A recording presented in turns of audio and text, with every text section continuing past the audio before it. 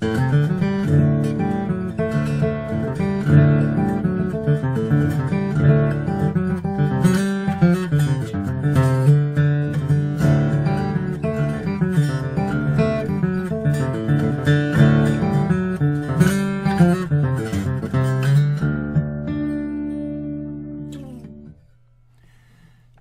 I'm Acoustic Guitar editor Scott Nygaard, and I'm here with 5 Dreadnought guitars built with Adirondack spruce tops.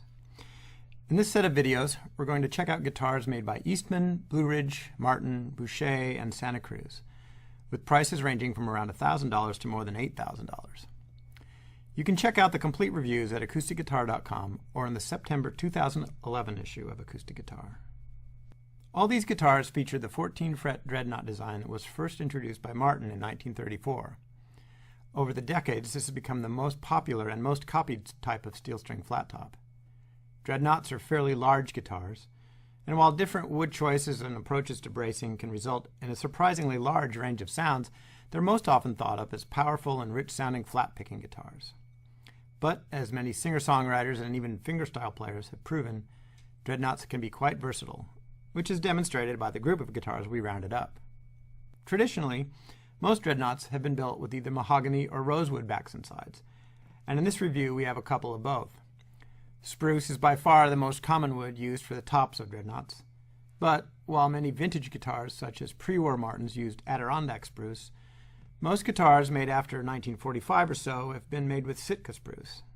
This is because Adirondack, which is also known as red spruce, became somewhat difficult to obtain. While it wasn't readily available for several decades, Adirondack appeared again in the early 1990s in sizes required to make the larger bodies of Dreadnoughts. Now, many manufacturers offer it either as a standard feature or a special order item. With an excellent stiffness to weight ratio, Adirondack often produces a guitar with a larger dynamic range and more overall volume than other types of spruce. For players who use a relatively heavy attack, an Adirondack top can help produce a rich overall sound with a high volume ceiling. Let's take a look at each of the 5 guitars in our review, starting with the Eastman E10D. This Eastman E10D is part of the company's traditional series. It has a list price of $11.95 and a street price of around $1,000. It has solid mahogany back and sides, an ebony fingerboard and bridge, and a bone nut and saddle.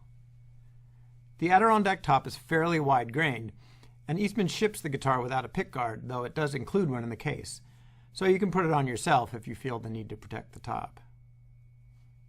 The E10D has a typical 25.5-inch scale, as well as a 1 3/4-inch nut width and 2 3/16-inch string spacing at the saddle. The guitar has vintage-style open-back tuners made by Goto and a nitrocellulose finish. I found this E10D to be an incredibly loud and lively guitar, especially considering that it's brand new.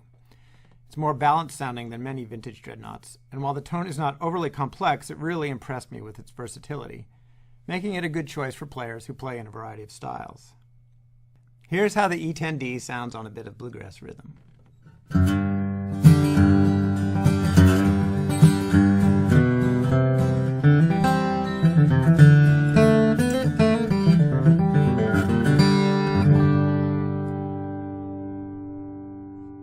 Now I'm going to play a little bit of simple cross-picking in the key of D.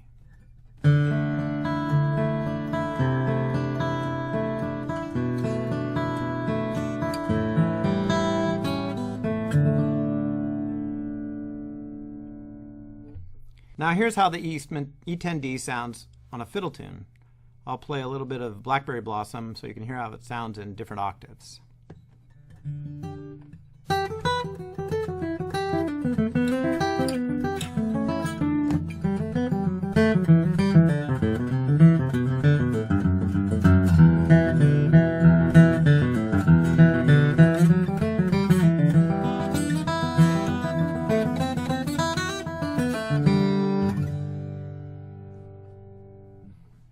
So that's the Eastman E10D. It's a fun guitar to play, especially considering its versatility.